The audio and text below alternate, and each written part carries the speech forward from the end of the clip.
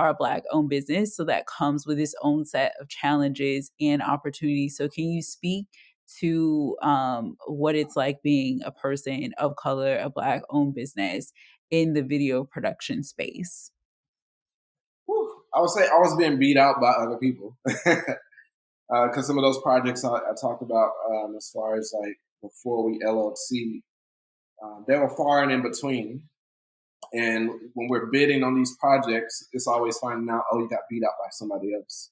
You got beat out because they have this $100,000 insurance requirement for this project or things like that, or they have this $4,000 4K drone, and or they have a crane or a jib and all that kind of stuff. So it's just like being beat out because they're a bigger studio to have more resources, equipment, things like that. So it's just like it just goes back to those resources. But like I said, I don't complain. I'm not one to complain or pull out a race card or things like that. It's just like I'll find another way to get it done, or I'll keep doing what I need to do to get to that point. So I don't let it discourage me. I let it encourage me. Because even when I got all those no's, when I was, trying to establish myself, I use that as motivation. Like I took no as a challenge. So when people told me no, I couldn't do something, I was like, oh, I'm gonna show you. And I'll end up getting more access than what than I would have received had they said yes. If they said yes, I would have got certain access. But by them saying no, it actually pushed me to go get more access. So it's kind of like that same thing. Like, okay, I'm gonna show you. Kind of like that Michael Jordan mentality. I took it personally. When he said this, I didn't took it personally. So yeah, getting beat out by bigger companies, and then the opportunities I see is currently where I am right now.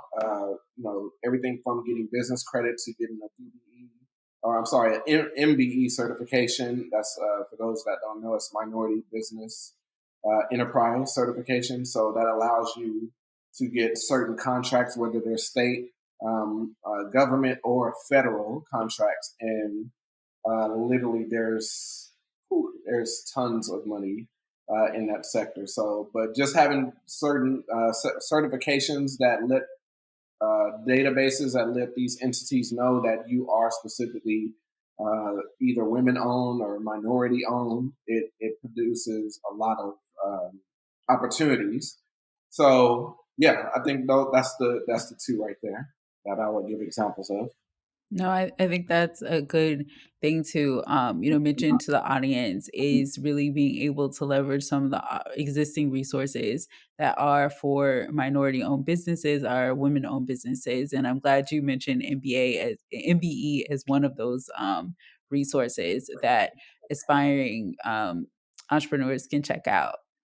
One more thing to add to that, check your local resources in your city, your local chamber of commerce. There's tons of resources there. Go to any SBE's workshop that might be in the area or close, if it's within 3 hours or 2 hours, whatever your threshold is. Small business workshops or something like that, make sure you go to those because there's tons of resources from experts. There's local city offices for resources for small businesses.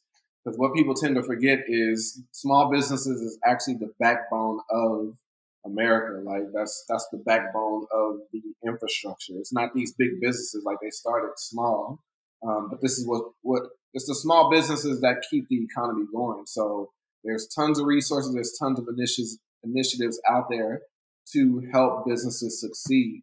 But you will have to have your stuff together. You will have to have it right, because there's going to be tons of questions. There's going to be tons of things you're going to already need to have. And it's kind of weeding people out who are not serious and who are serious. Those who are serious, they're going to have all their ducks in a row, but it's going to be very helpful. And that's not to dissuade anybody, because like I said, there's still basic resources there to help you get started on the right path. So still check those local resources. But once you get to the bigger things, just know you're going to have some things in order. So those local resources, workshops, things like that, they're going to prepare you and let you know those things that you need to have before you get to the big one.